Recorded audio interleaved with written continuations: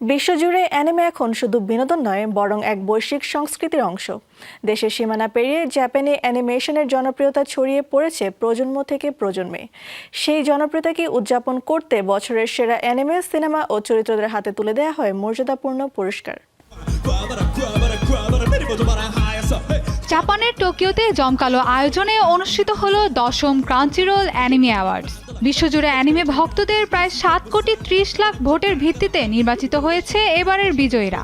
অনুষ্ঠানটি উপস্থাপনা করেন স্যালি আমাকি এবং জন ক্যাবিরা। I'll keep destroying until there's nothing left of you. এবারের সবচেয়ে বড় সম্মান অ্যানিমে অফ দ্য ইয়ার জিতে নিয়েছে জনপ্রিয় সিরিজ মাই হিরো একাডেমিয়ার শেষ সিজন। বহু বছর ধরে চলা এই সুপারহিরো অ্যানিমের শেষ অধ্যায় ভক্তদের আবেগ, অ্যাকশন ও নাটকীয়তায় মুগ্ধ করেছে। অন্যদিকে ফিল্ম অফ দ্য ইয়ার হয়েছে ডেমন স্লেয়ার ইনফিনিটি ক্যাসেল। তুমুল জনপ্রিয় এই অ্যানিমে ফ্র্যাঞ্চাইজির এই নতুন সিনেমাটি ভিজুয়াল ও আবেগের জন্য ব্যাপক প্রশংসা পেয়েছে। সেরা পরিচালকের সম্মান পেয়েছেন আকিনোরি এবং নোরিহিরো। দীর্ঘদিন ধরে দর্শকপ্রিয়তা ধরে রাখা ওয়ান পিস পেয়েছে বেস্ট কন্টিনিউইং সিরিজের পুরস্কার।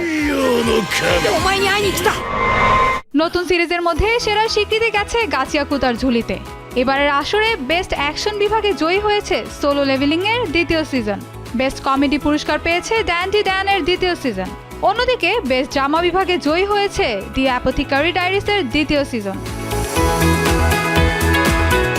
রোমান্স ঘরানায় সেরা হয়েছে the fragrant flower blooms with dignity.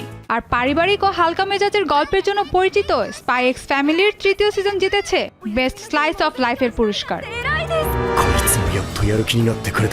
বিশ্বজুড়ে অ্যানিমের জনপ্রিয়তা যেভাবে বাড়ছে, এবারের ক্রাঞ্চিরোল অ্যানিমে অ্যাওয়ার্ড যেন সে বৈশ্বিক উন্মাদনারই আরেকটি বড় উদযাপন হয়ে উঠল।